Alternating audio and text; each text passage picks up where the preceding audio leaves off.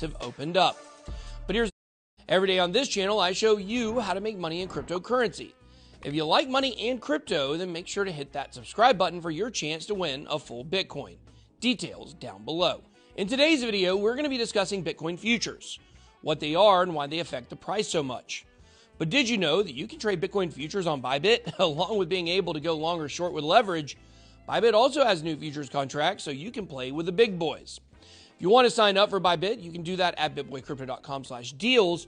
Or if you want to compete for $400,000 in prizes, join the ongoing Bybit trading competition by visiting bitboycrypto.com/Bybit. All right, so let's get going with these futures contracts.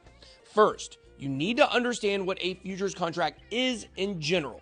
So according to Investopedia, a futures contract is a legal agreement to buy or sell a particular commodity, asset, or security at a predetermined price at a specified time in the future. Futures contracts are standardized for quality and quantity to facilitate trading on a futures exchange. The buyer of a futures contract is taking on the obligation to buy and receive the underlying asset when the futures contract expires. The seller of the futures contract is taking on the obligation to provide and deliver the underlying asset at the expiration date. So in short, with futures contracts, a buyer and seller agree to a certain price point for an underlying asset at a given time in the future. Futures are part of the derivatives market, a $1 quadrillion market of IOUs. The people who participate in these markets are broken down into two main categories: hedgers and speculators. The hedgers look to make money based upon securing the stability of an asset. Speculators look to make money based upon risk. But the speculators don't always fight fair, as we will see in a bit. So now let's apply all of this to Bitcoin and see this in action. The first Bitcoin futures contracts were launched by CBOE. Started trading on December 10th of 2017, pretty much the peak of the Bitcoin bull market that year. And many blame these contracts and say they wrecked the entire market. At the peak of the Bitcoin mania and euphoria, institutions came in and hedged against rising Bitcoin prices, assuring that they would plunge to the ground. This is where Bitcoin futures contracts get really interesting. The original Bitcoin futures contracts from CBOE and CME later on were settled in cash. Later on, Bakkt would launch their Bitcoin futures contracts, and those are settled in actual Bitcoin. But these original futures contracts were not like that. So think about this. Institutions were betting on the price of Bitcoin to go down, and these contracts were getting paid off in dollars. One of the greatest features of Bitcoin, of course, is its rarity.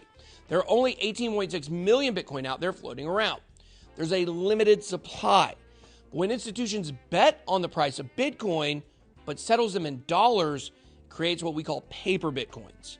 It's the derivative version of Bitcoin, which is essentially an IOU on paper. This negates the finite supply, meaning there's no limit to the number of investors who can bet on the price of Bitcoin going down. This is very dangerous and demonstrates how the traditional markets can come into something new and wreck it.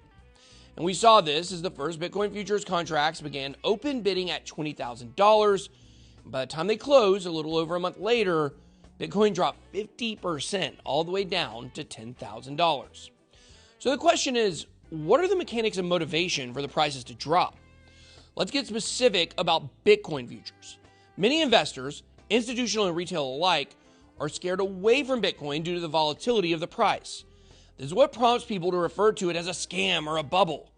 Last year, we saw the price of Bitcoin drop almost 50% in a day during the March pandemic crash. Of course, it bounced back and recovered, but traditional investors, aka old people who like to go to the Hamptons or a wild weekend of wife swapping,